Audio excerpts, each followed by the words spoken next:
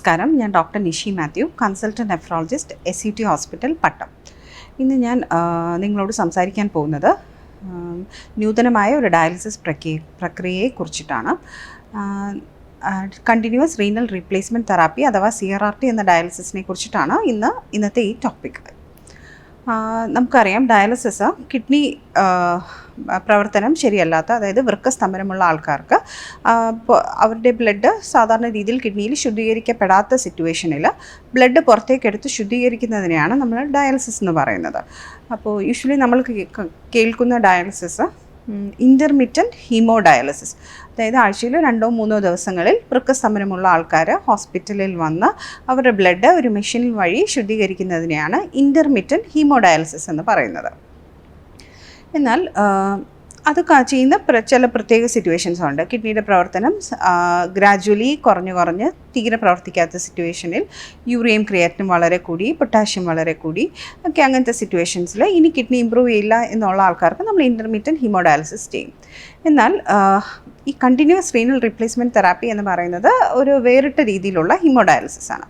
അത് intensive care unit, അതായത് വളരെ ക്രിട്ടിക്കലായിട്ടുള്ള, വളരെ സീരിയസ് ായിട്ടുള്ള ആൾക്കാർക്ക് പെട്ടെന്നുണ്ടാകുന്ന വൃക്കസ്തംഭനം, also called acute kidney injury, multiple വേറെ അസുഖങ്ങൾ, അതായത് ബ്ലഡിലുണ്ടാകുന്ന ഇൻഫെക്ഷൻസ്, എലിപ്പനി, ഡെങ്കിപ്പനി, ചെള്ളുപനി അതുപോലെയുള്ള ഇൻഫെക്ഷൻസ്, അല്ലെങ്കിൽ ഒരു പെട്ടെന്നുണ്ടാകുന്ന ഹാർട്ട് അറ്റാക്ക്, കാർഡിയാക് അറസ്റ്റ് വന്ന് അത് കാർഡിയാക് അറസ്റ്റ് റിവൈവ് ചെയ്ത ആൾക്കാർക്ക്, അല്ലെങ്കിൽ പെട്ടെന്നുണ്ടാകുന്ന ലിവർ ഫെയിലിയർ, ഇങ്ങനെ മൾട്ടിപ്പിൾ കാരണം കൊണ്ട് കിഡ്നി പെട്ടെന്ന് ഷട്ട് ഡൗൺ ചെയ്യുന്ന അക്യൂട്ട് കിഡ്നി ഇഞ്ചുറി വരുന്ന ക്രിട്ടിക്കലി ഇല്ലായിട്ടുള്ള പേഷ്യൻസിൽ ഉപയോഗിക്കുന്ന ഒരു നൂതന ഡയാലിസിസ് ആണ് കണ്ടിന്യൂസ് റീനൽ റീപ്ലേസ്മെൻറ്റ് തെറാപ്പി.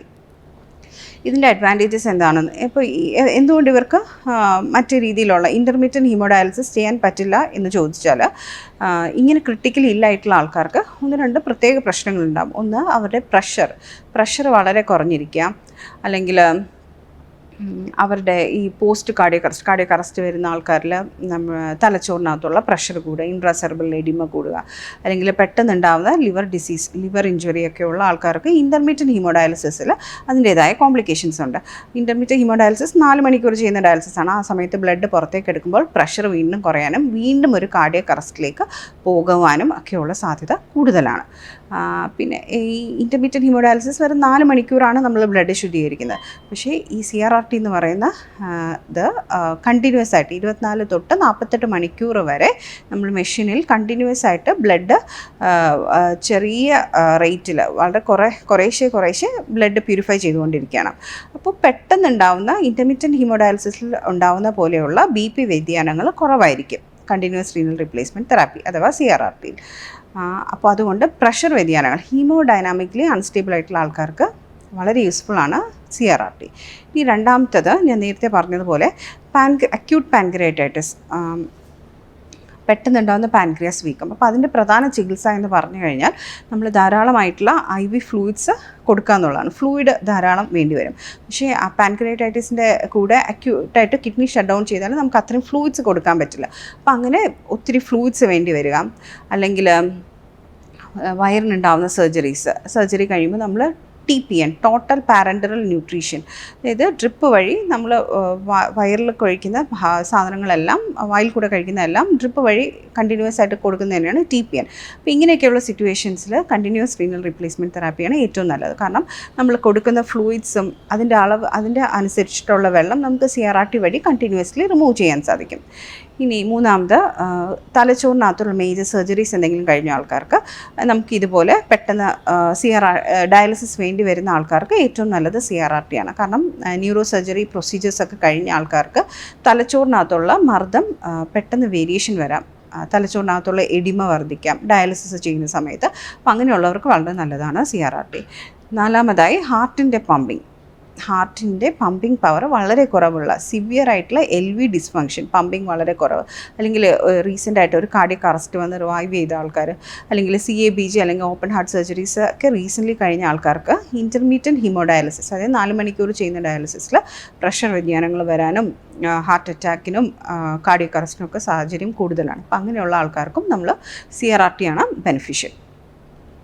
അഞ്ചാമതായി ഡ്രഗ് ഓവർ ഡോസേജ്. ഏതെങ്കിലും മരുന്ന് അറിയാതെയോ അറിഞ്ഞോ ഓവർ ഡോസേജ് ചെയ്യുമ്പോഴത്തേക്കും ബ്ലഡ് പുറത്തേക്കെടുത്ത്, അങ്ങനെ ചില പ്രത്യേക ടാബ്ലറ്റ്സിന് ബ്ലഡ് പുറത്തേക്കെടുത്ത് കണ്ടിന്യൂസ് റീനൽ റീപ്ലേസ്മെൻറ്റ് തെറാപ്പി, അതായത് ഈ ഫിൽറ്ററിൽ കൂടെ കടത്തി വിട്ട് നമുക്ക് ശരീരത്തിൽ ഇതിൻ്റെ അളവ് കുറയ്ക്കാൻ പറ്റും. അപ്പോൾ അതിനും CRRT വളരെ യൂസ്ഫുള്ളാണ്. ഞാനീ പറഞ്ഞ വളരെ ക്രിട്ടിക്കലി ഇല്ലായിട്ടുള്ള ആൾക്കാർക്ക് ഉപയോഗിക്കുന്ന CRRT നമ്മുടെ ഹോസ്പിറ്റലിൽ SUT ഹോസ്പിറ്റലിൽ അവൈലബിൾ ആണ്. ക്രിട്ടിക്കലി ഇല്ലായിട്ടുള്ള ആൾക്കാർക്ക് ഇത് വളരെ നൂതനമായിട്ടുള്ള ഒരു ചികിത്സാവിധിയാണ്. മിക്ക സ്ഥലത്തും ഇത് അവൈലബിൾ അല്ല. സാധാരണ ഹീമോഡയാലിസിസ് എല്ലായിടത്തും അവൈലബിൾ ആണ്. പക്ഷേ കണ്ടിന്യൂസ് റീനൽ റീപ്ലേസ്മെൻറ്റ് തെറാപ്പി എന്ന ഈ നൂതന ഡയാലിസിസ് ഇത് നമ്മുടെ ഹോസ്പിറ്റലിൽ അവൈലബിൾ ആണ്. ക്രിട്ടിക്കലി ഇല്ലായിട്ടുള്ള ആൾക്കാർക്ക് ICU പേഷ്യൻസിനൊക്കെ ഡയാലിസിസ് വേണ്ടി വന്നു കഴിഞ്ഞാൽ അവരുടെ ജീവൻ രക്ഷിക്കാൻ തന്നെ ഉതകുന്ന ഒരു ചികിത്സാ വിധിയാണ് CRRT. ഇതിന് കുറച്ച് ഡിസഡ്വാൻറ്റേജസ് ഉണ്ട്. ഒന്ന്, എല്ലാം ഈ CRRT എന്ന് പറയുന്നതും ഈ ബ്ലഡ് പുറത്തേക്ക് എടുത്ത് ശുദ്ധീകരിക്കുന്നത് തന്നെയാണ്. അപ്പോൾ ബ്ലഡ് പുറത്തേക്ക് എടുക്കുന്ന സമയത്ത് പ്രഷർ വ്യതിയാനങ്ങൾ നമ്മുടെ സാധാരണ ഡയാലിസിസിന് അത്ര ഇല്ലെങ്കിലും ചെറിയ രീതിയിൽ വരാനും പ്രഷർ കുറയാനും ഒക്കെ സാഹചര്യമുണ്ട്.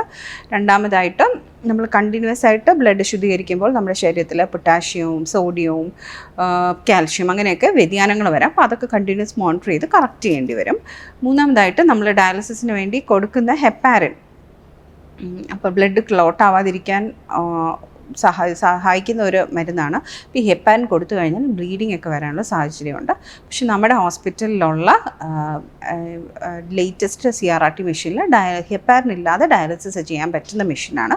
അപ്പോൾ ആ കോംപ്ലിക്കേഷൻസും നമ്മുടെ പേഷ്യൻസിൽ വളരെ കുറവായിട്ടാണ് കാണുന്നത്.